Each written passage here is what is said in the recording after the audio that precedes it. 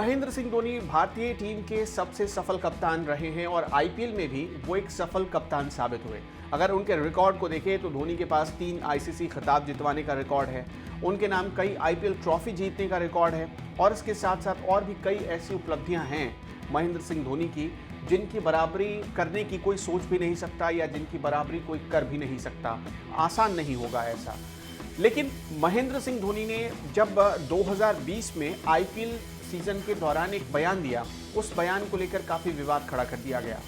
दरअसल आपको पता है कि जब ये आईपीएल 2020 का सीजन चल रहा था तब चेन्नई सुपर किंग्स कुछ खास नहीं कर पाई।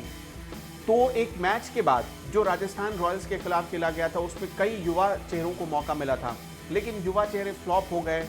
चेन्नई वो मैच हार गई और पहली बार ऐसा हुआ था चेन्नई के साथ कि वो प्लेऑफ में भी नहीं पहुंच पाई। आईपीएल के उस सीजन के दौरान महेंद्र सिंह धोनी ने कहा था कि हमारे युवा खिलाड़ियों में स्पार्क नहीं है, यानी वो तेज़ी नहीं है। ये महेंद्र सिंह धोनी का बयान आया था, जिसके बाद कई प्लेयर्स को ये बात बुरी भी लगी और उन्होंने कहा कि ये हौसला तोड़ने वाली बात है। लेकिन अब इस पर एन जगदीशन, जो कि चेन्नई सुपर किंग्स के ही विकेटकीपर बल्लेबाज हैं, उन्होंने सफाई दी है। सीएसके के विकेटकीपर बल्लेबाज एन जगदीशन ने धोनी के बयान पर सफाई देते हुए कहा है कि उनकी इस टिप्पणी को कई लोगों ने गलत तरीके से पेश किया या समझ लिया।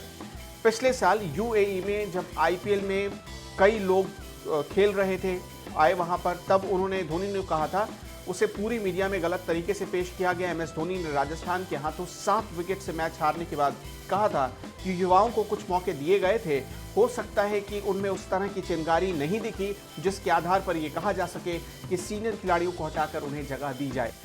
एन जगदीशन ने, जो खुद चेन्नई सुपर किंग्स से जुड़े हुए हैं, उनका ये बयान आया है।